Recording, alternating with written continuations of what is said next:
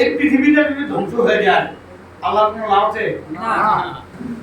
কিন্তু পৃথিবীতে যদি কিন্তু মানুষ থাকে,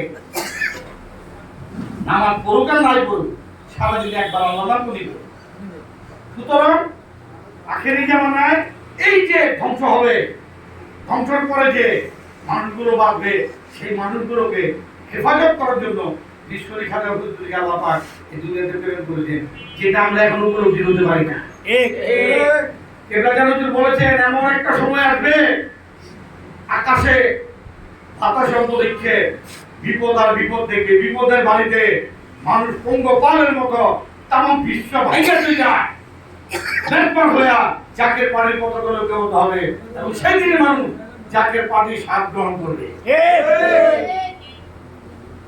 আর আমার